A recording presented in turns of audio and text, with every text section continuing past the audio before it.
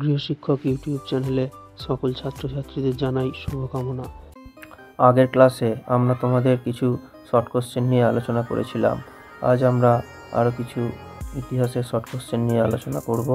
আমাদের চ্যানেলে যারা নতুন আছো তারা চ্যানেলটিকে সাবস্ক্রাইব করে পাশে থাকা বেল আইকনটা প্রেস করে রাখবে, তাহলে আমাদের চ্যানেলে নতুন কোনো ক্লাস এলে তোমরা অবশ্যই সেটা দেখতে পাবে।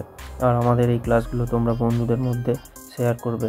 আমাদের আজকের সেটের প্রথম প্রশ্ন, শ্বেতাঙ্গ দলকে পরাজিত করে মোহনবাগান আইএফএ শিল্ড জয় করেছিল কত সালে?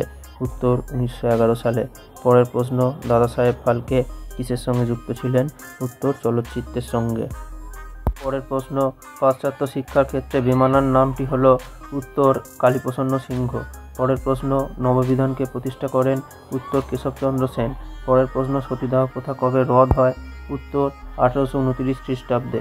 পরের প্রশ্ন, খুদকাঠি প্রথার অর্থ কী?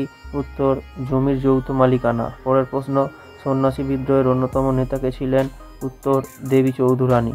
পরের প্রশ্ন, ভারতের প্রথম ভাইসরয় কে ছিলেন?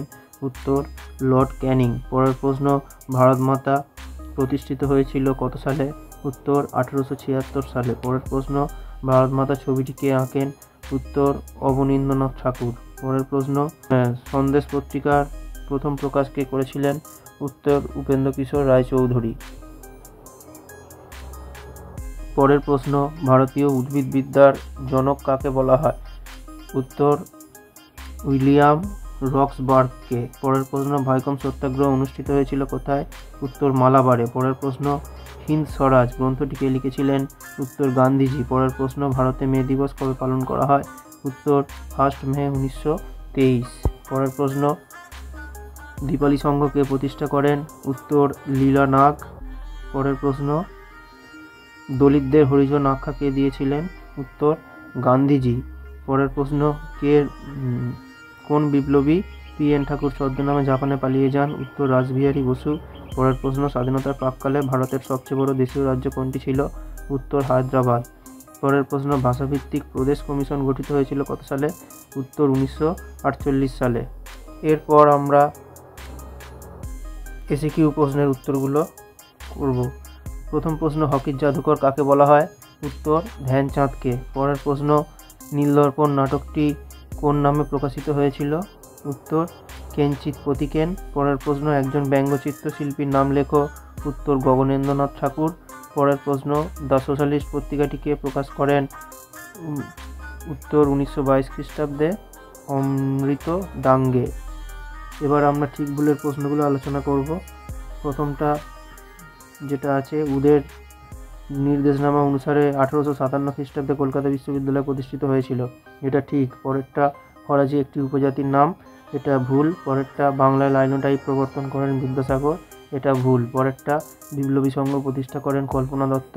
এটাও ভুল। ইতিহাসে যাদের ভয় পাও বা ইতিহাস যাদের পড়তে ভালো লাগে না, তারা আমাদের এই প্র্যাকটিস সেটের যে প্রশ্নগুলো তোমাদেরকে করানো হচ্ছে সেই প্রশ্নগুলো তোমরা অবশ্যই ভালোভাবে প্র্যাকটিস করবে। আর আমাদের ক্লাস কেমন লাগছে সেটা তোমরা কমেন্টে অবশ্যই জানাবে। এরপরে আমাদের এখানে ম্যাপে যেগুলো আছে সেগুলো তোমরা বাড়িতে ম্যাপ নিয়ে ভালোভাবে প্র্যাকটিস করবে। এরপর আমাদের বিবৃতি ব্যাখ্যার যে প্রশ্নগুলো আছে। প্রথম প্রশ্ন, ব্রিটিশ সরকার নীলদর্পণ নাটকটির অভিনয় বন্ধ করে দিয়েছিল কারণ কি? নাটকটি দেখে বাংলার মানুষদের মধ্যে ইংরেজি বিদ্বেষী মনোভাব বৃদ্ধি পাচ্ছিল। পরের প্রশ্ন, ঊনবিংশ শতাব্দীকে সভা সমিতির যুগ বলা হয় কারণ ঊনবিংশ শতাব্দীতে সভা সমিতিগুলি দেশের চালিকা শক্তি ছিল। পরেরটা, একা আন্দোলন সংগঠিত হয়েছিল উত্তরপ্রদেশে কারণ এটি ছিল একটি কৃষক আন্দোলন। পরেরটা, মাতঙ্গিনী হাজরা গান্ধী বুড়ি নামে পরিচিত ছিলেন কারণ মাতঙ্গিনী গান্ধীজির আদর্শে উদ্বুদ্ধ ছিলেন। পরের ক্লাসে আমরা আরও কিছু প্র্যাকটিস সেটের প্রশ্ন নিয়ে আলোচনা করব।